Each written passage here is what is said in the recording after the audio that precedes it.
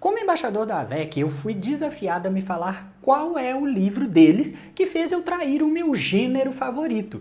E se você ainda não me conhece, eu sou o Pablo Rosa, aqui a gente fala sobre terror, RPG e algumas coisinhas que te deixam desconfortável. Cara, eu acho que para cada 10 livros de terror que eu leio um de um outro gênero. E aí varia entre um clássico, uma filosofia, psicologia, algum thriller que esteja em alta no momento, ou um livro de ficção científica que fisgou a minha atenção. E é exatamente aí que o Fábio Fernandes, ele fisgou a minha atenção para nunca mais faltar. Pra mim, ficção científica tinha que ter aqueles trem viajado, cara. Máquina, tecnologia, celular, carro voador, mágica no tempo.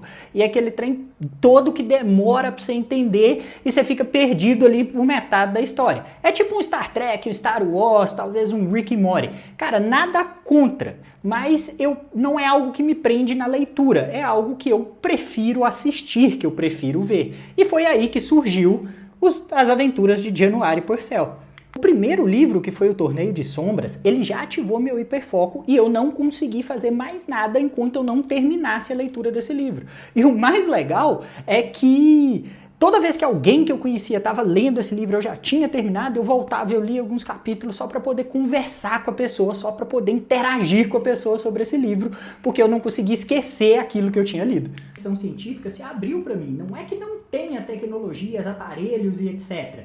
É que a história não depende disso para funcionar. A história funciona muito bem, o enredo funciona muito bem, tudo acontece com uma forma divertida e empolgante. E a escrita do Fábio ela é muito leve, ela é divertida, ela é empolgante e faz com que você esteja sempre curioso com o que vai acontecer.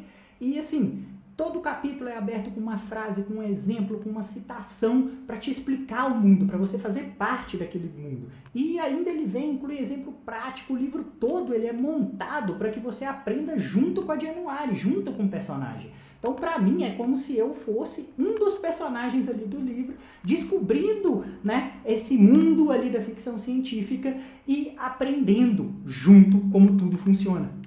E como se não bastasse, esse livro é cheio de referências. Então, ele faz referência à psicologia, à filosofia, ao budismo, à tecnologia, à viagem no tempo, à sociedade. Calma que ainda tem mais, porque ele faz referência a outros livros, a personagens de outros livros, a personagens inventados, a pessoas que existem.